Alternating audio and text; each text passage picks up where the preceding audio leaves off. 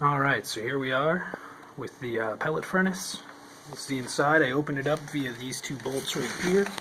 They go through the door there, and on the other side, over there, you can barely see it. There it is. Here's your firebox.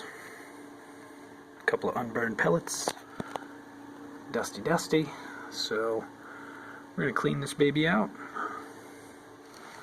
Down in there.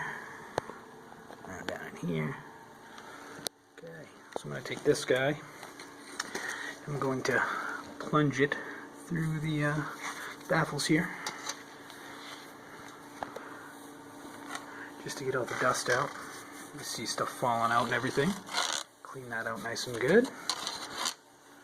Going to repeat this process for every hole, and then scoop out all of this stuff, all of that stuff. Clean out every hole in the firebox. There are 32. These guys right here, clean those guys out. Do a little vacuuming on the doors, and we should be good. Put it back together.